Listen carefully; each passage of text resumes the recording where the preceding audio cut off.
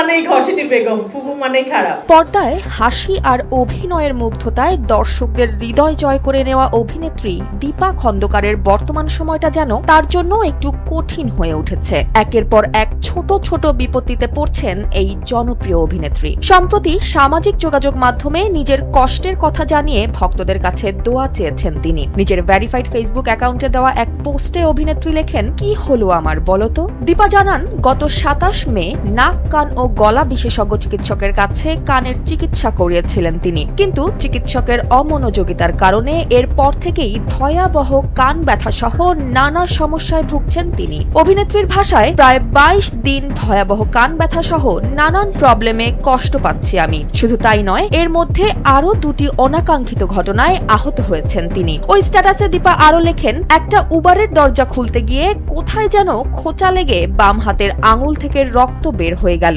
অপরদিকে শুটিং এ কস্টিউম রুমের দরজা খুলতে গিয়ে ডান হাত কেটে রক্ত বের হয়েছে। এখন ডাক্তার বান্ধবীর পরামর্শে টিটেনাস দিতে যেতে হবে। এমন পরিস্থিতিতে দ্রুত স্বাভাবিক জীবনে ফিরতে ভক্ত অনুরাগীদের কাছে দোয়া চেয়েছেন দীপা খন্দকার। এদিকে অভিনয় থেকে দূরে নেই এই অভিনেত্রী। বর্তমানে বিটিভির নতুন একটি ধারাবাহিক নাটক তবুও জীবনে অভিনয় করছেন তিনি। এরই মধ্যে শেষ করেছেন প্রথম ধাপের শুটিং। ধারাবাহিকটির রচনা ও পরিচালনার দায়িত্বে রয়েছেন সৈয়দ ওহিদুজ্জামান ডায়মন্ড। প্রিয় অভিনেত্রীর এমন সময়ে ভক্তদের এখন একটাই প্রার্থনা, দ্রুত সুস্থ হয়ে আবারও স্বাভাবিক ছন্দে ফিরুক দর্শকের জাতীয় ফুফু দীপা খন্দকার।